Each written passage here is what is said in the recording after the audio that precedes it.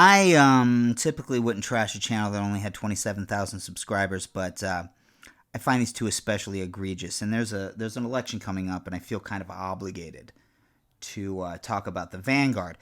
These are a couple of grifters, a couple of Jimmy Dore acolytes. When you look at them, you would think that they should be selling shoes at a Ron John surf shop.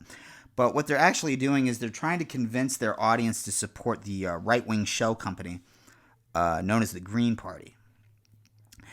And they're debating Sam Cedar here. What they're debating is disinformation. And they're arguing that corporations have the right to say anything that they want. In fact, they don't just have free speech rights. They have special rights that you and I don't have when it comes to free speech. Sam Cedar is arguing that corporations that lie to the public should be held liable for the damages they do to the public because of those lies. It's a very simple ask. It's a common sense ask. What's really funny about this debate, though, is the amount of nonsense they talked about Sam Cedar before this debate. They claimed that he was too scared to debate Jimmy Dore, their mentor, Jimmy Dore. And they had said this after Sam Cedar had already debated Jimmy Dore in 2016, and Jimmy Dore had been hiding from him, ducking him ever since, because it was very, very embarrassing for Jimmy. In fact, it was the beginning of his right-wing trajectory, because it was about supporting third parties in a presidential election. The Green Party, specifically. They had also, they called him a disgusting, stupid loser. They called him an MSNBC shitlib. And they said that they weren't afraid to say that to his face. And then when they ran into him, when they had this debate, it was more like, there wasn't a lot of that. It was more like, hey, thanks for taking time out of your weekend to talk to us, bro. There's something very peculiar that I want to point out in this debate. It says a lot about who these guys are. That deals with the internet. And yes, I would want some type of statutory reform for that. That's what I advocate for. Okay, well, again, I mean, that's not how it currently is. That's not how it currently operates. And I think know, but you brought up me on Hayes. And when I said I want Spotify to be held to account, I wanted them to be held to account both. I would like there to be statutory, and I would like there also to be, like, just public shaming of a corporation that does that. The platform you were on when you made that argument should also be sued for spreading misinformation. You don't think they helped manufacture consent for the wars in Iraq and Afghanistan? I do. I do believe that they helped, that MSNBC helped manufacture consent for the wars in Iraq. People talk about that as free speech, but they fired Phil Donahue. What about Phil Donahue's free speech? So I agree with Gavin here. When Gavin says MSNBC should be held liable for lying us into a war. Understand at the time you don't think that they've spread misinformation on their show? I agree. Well, I mean, I was screaming about that at the time. The one person on that network who was even questioning the war, Phil Donahue, got fired. I agree. Yeah, absolutely. In fact, the reason why I continue to go on MSNBC is founded in that very reason. Well, because I don't think it should be illegal to have those viewpoints either. I don't think you should be able to be sued for making a pro-war argument either. I think I should argue with that and dispel it. That's different. That's different. How? Making a pro-war. So did you hear that? That's the same person 30 seconds later saying the exact opposite of what he just said. He said, hey, you're a frequent guest on MSNBC.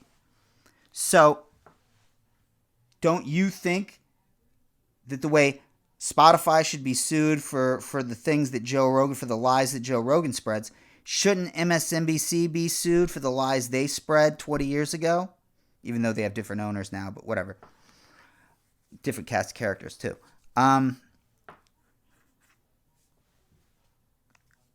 They didn't expect Sam Cedar to agree. They didn't expect the MSNBC shitlib to agree. So, when it turned out he did, that he's not as hypocritical as they are, they suddenly switched positions. Well, I don't think you should be sued, even though I literally just said that you should be. Now, I think the reason for that is they don't really care much about outcomes or ideology or literally politics or policy. What they care about is branding.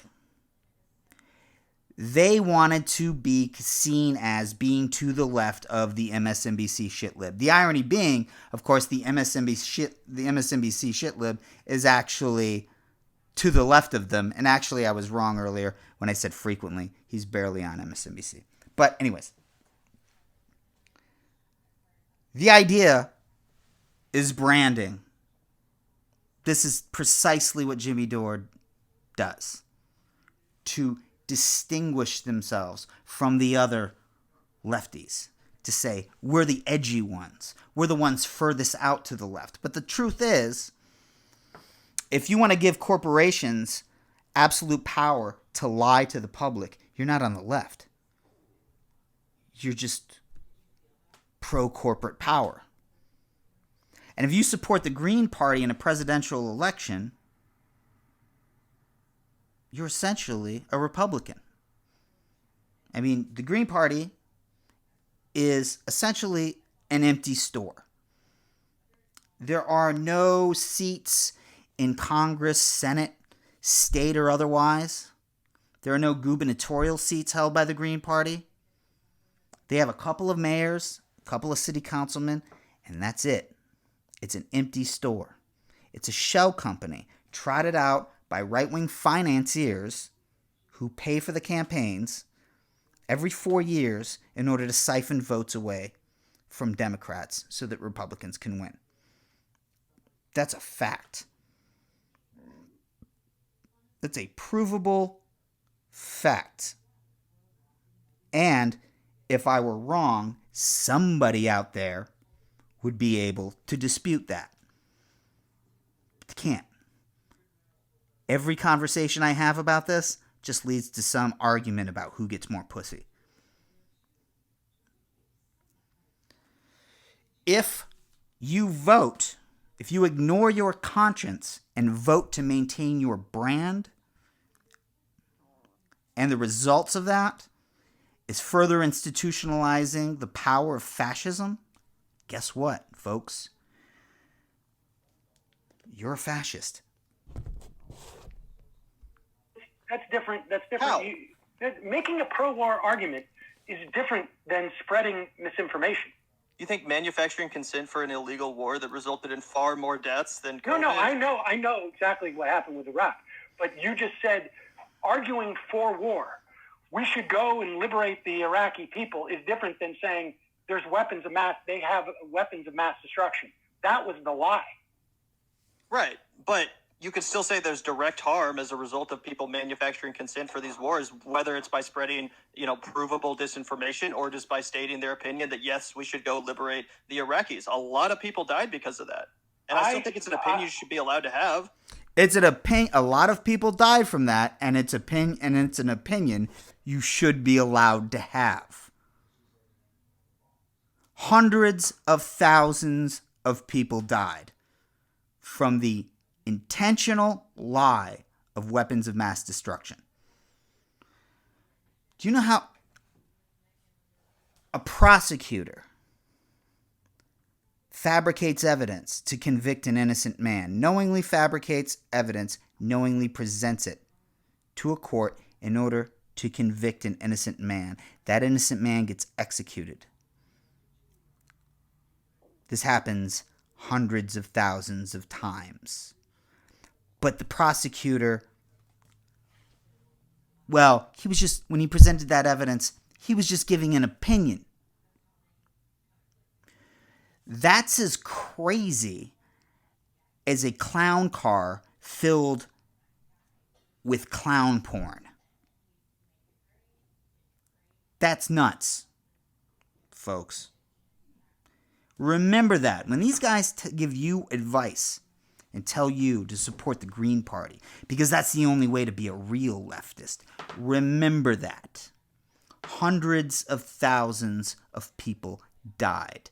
And these guys don't give a shit. Because, you know why? Because of their brand. They are true students of Jimmy Dore.